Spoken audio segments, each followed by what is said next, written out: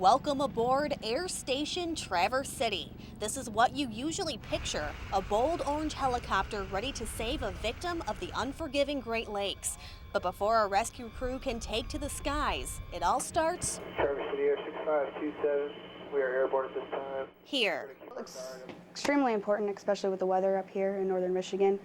We have to maintain flight following every 15 minutes. Operations Specialist April Cavalry makes sure all communication is clear and concise. In an emergency or a training drill, it's her job to check in with the helicopter. Current position 4448.6 north by 085. We do everything here. I've gotten calls from elderly dementia patients walking away from a retirement home to missing kayakers, overdue jet skiers, missing snowmobilers. And once that call goes through, This time we'll be assuming a radio guard with Sector Sioux. it's time for the helicopter crew to step up. We do a lot of flights on a daily basis around here, probably anywhere from maybe 6 to 8 flights a day. When there's not an emergency, daily life means practicing and perfecting their skills. It starts with suiting up and checking the weather. Maintain level flight for at least above 30 knots at our gross weight. Good.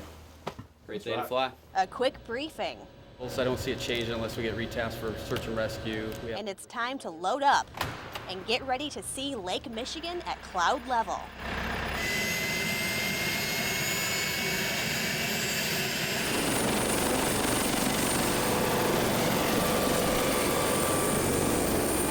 Justin DePrekel 6930, Traverse City Tower taxiway, don't back to intersection, cleared for takeoff, proceed west. Roger that. And we're lifting into the air. Got the tower in sight, couple of birds. You're clear left? Right now we're cruising at about 120 knots, which is about 135 miles an hour. From the ground, Lake Michigan never looked so blue. But when someone's life is on the line, the weather is rarely this ideal. Absolutely fantastic. But it's also unforgiving. That's where training and a crew of talented men and women come in.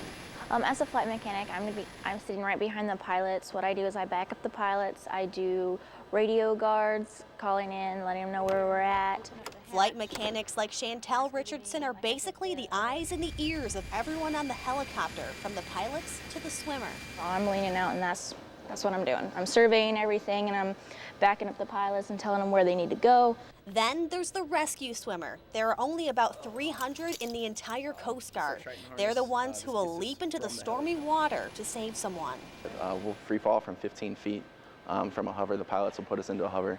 The flight mechs will make sure that there's nothing going on, and you pretty much plunge out. Next, crews drop down the rescue basket, a crucial piece of equipment.